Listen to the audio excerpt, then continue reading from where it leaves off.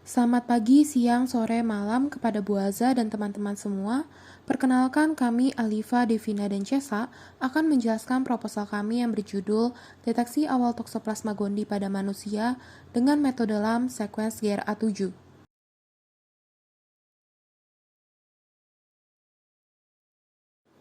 Toxoplasmosis merupakan penyakit yang disebabkan oleh Apicomplexa Toxoplasma gondii. Diperkirakan sepertiga populasi di dunia telah terinfeksi oleh Toxoplasma gondii, dan di Indonesia sendiri prevalensi mencapai 88%. Definitif host dari Toxoplasma gondii adalah kelompok felin seperti kucing. Pada kucing, Toxoplasma gondii akan bereplikasi secara aksesual melalui skigoni ataupun secara seksual melalui pembentukan oocytes. Oocytes pada feses kucing kemudian dapat menyebar ke lingkungan seperti perairan atau produk makanan seperti daging. Oocytes juga dapat ditransmisikan melalui inang intermediate seperti lalat, kecoa, dan beberapa hewan mamalia lainnya. Jika infeksi terjadi pada ibu hamil, janin juga dapat terinfeksi melalui uteroplasenta. Deteksi Toxoplasma gondii yang umum dilakukan adalah tes serologi seperti Sabin-Feldman-Dye test dan ELISA. Sabin-Feldman-Dye test merupakan golden standard dalam diagnosis Toxoplasma gondii. Prinsip tes ini menggunakan takizoid virulen yang ketika diinkubasi dengan serum yang mengandung antibodi spesifik akan menjadi tipis dan tidak mampu menahan warna biru dari methylene blue karena adanya aktivasi sistem komplement dan lisis organisme. Namun, tes ini mahal, melelahkan, makan banyak waktu, membutuhkan tenaga ahli, dan berbahaya karena menggunakan Toxoplasma gondii yang virulen. Maka dari itu, tes ini jarang digunakan di laboratorium.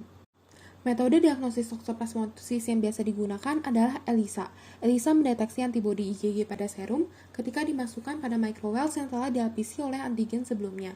Namun, metode ini tidak mampu mendeteksi pada awal infeksi, di mana antibodi belum akan terbentuk saat fase awal, terutama pada orang dengan defisiensi imun. Dalam beberapa tahun terakhir, dikembangkan metode deteksi berbasis molekuler seperti PCR. Nested PCR dilaporkan sebagai metode diagnosis yang paling sensitif, tetapi harganya yang mahal dan waktu reaksi yang lama membuatnya tidak banyak digunakan. Loop Mediated Isothermal Amplification merupakan pengujian amplifikasi asam nukleat pada kondisi isothermal sehingga tidak dibutuhkan thermal cycler. LAM hanya menggunakan inkubator sederhana seperti waterbed atau block heater sehingga memungkinkan pengujian di lapangan.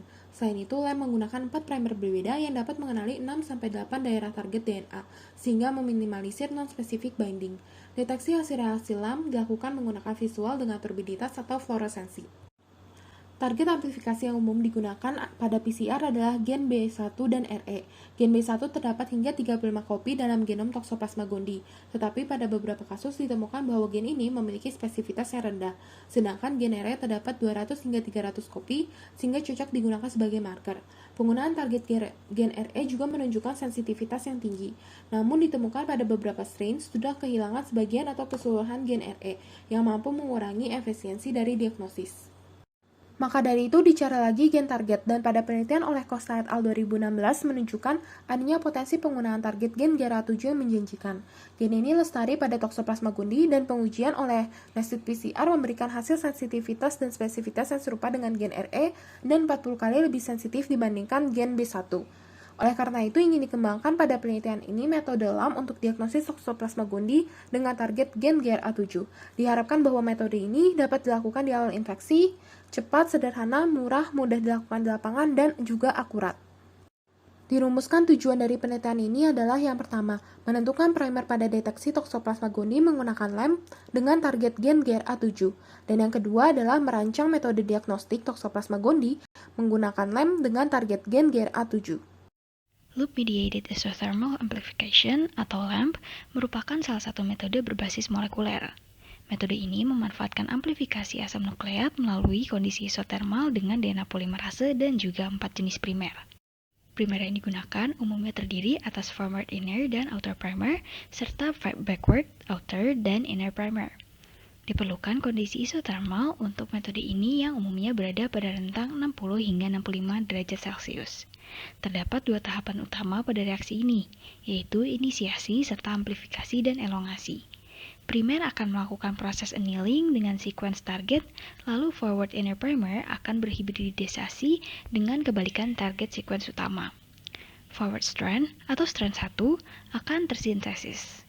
Selanjutnya, forward outer primer akan berhibridisasi dengan upstream sequence target dan membentuk strand 2. Strain 1 yang telah terbentuk tadi akan melakukan self-hybridizing, membentuk loop, dan proses annealing serta pembentukan strain 2 akan terulang dengan arah berkebalikan dengan bantuan backward primer. Produk akhir dari reaksi ini adalah strain dengan struktur dumbbell yang akan terus-menerus disintesis. Proses sintesis berulang ini akan terus terjadi hingga jumlah DNA cukup untuk terdeteksi. Pembuatan sequence diawali dengan pengambilan 25 sequence GRA7 dari berbagai strain Toxoplasma gondii yang menginfeksi manusia dari database. Seluruh sequence ini kemudian disejajarkan dengan MSA dengan perangkat MegaX untuk konfirmasi kelestarian dan penentuan titik mutasi pada gen. Setelah dilakukan MSA, dipilih sequence GRA7 dari strain RH sebagai basis desain primer. Pembuatan primer dilakukan pada Primer Explorer versi 5 dari Aiken Genome Site. Seluruh parameter desain primer ini disetting dalam mode default, dan titik-titik mutasi pun ditandai. Dihasilkan dua set primer seperti pada layar dengan nilai delta G dimer set 1 sebesar minus 1,76 dan set 2 sebesar minus 2,18. Pemilihan set primer didasarkan oleh nilai delta G dari dimer yang lebih positif, serta ujung 3 aksen F2 dan 5 aksen F1C yang lebih negatif.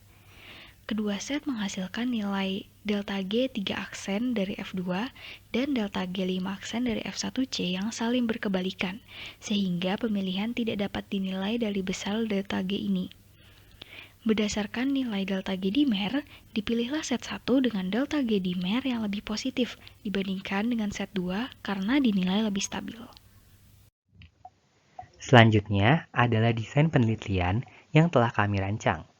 Pertama, alat yang digunakan pada penelitian ini meliputi mikropipet, rak aluminium, icebox, vortex, inkubator dengan suhu yang dapat diatur, dan sentrifuga untuk 8 strip serta untuk mikrotub. Adapun bahan yang digunakan merupakan mikrotub steril, mikrotips, kit tube lamp amplifikasi DNA, dan loop lamp fluorescence detection reagen. Selanjutnya, akan dilakukan isolasi DNA sampel. Pada penelitian ini, sampel yang kami gunakan merupakan sampel darah. Isolasi dilakukan dengan cara menggunakan isolation kit komersial seperti DNEC Blood and Tissue. Nantinya, DNA yang telah diisolasi dan terpurifikasi akan dilarutkan ke dalam 30 mikroliter air destilasi dan disentrifugasi. Suhu pernatan yang terbentuk akan diambil sebanyak 1 mikroliter sebagai sampel yang akan digunakan nantinya. Lalu, dilakukan pula preparasi reagen dan pembuatan master mix. Untuk menjalankan reaksi lem, kami menggunakan loop lamp DNA amplification kit. Pemilihan kit ini didasari atas kesamaan antara produsen kit reagen dengan penyusunan perangkat lunak Primer Explorer V5 yang keduanya terintegrasi.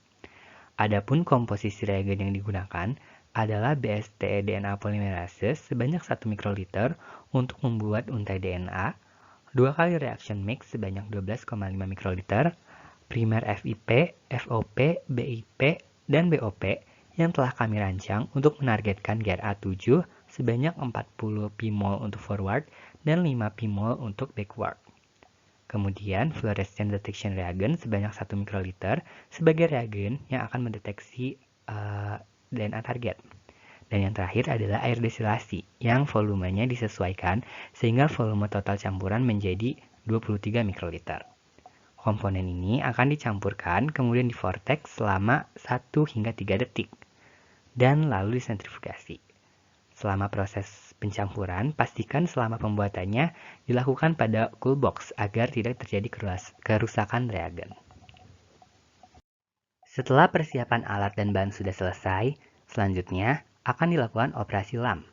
Adapun caranya dilakukan dengan memasukkan 23 mikroliter master mix ke dalam tabung reaksi loop lamp. Lalu ditambahkan 2 mikroliter larutan sampel sehingga total volume pada tabung reaksi menjadi 25 mikroliter. Untuk kontrol negatif, sampel digantikan dengan air destilasi.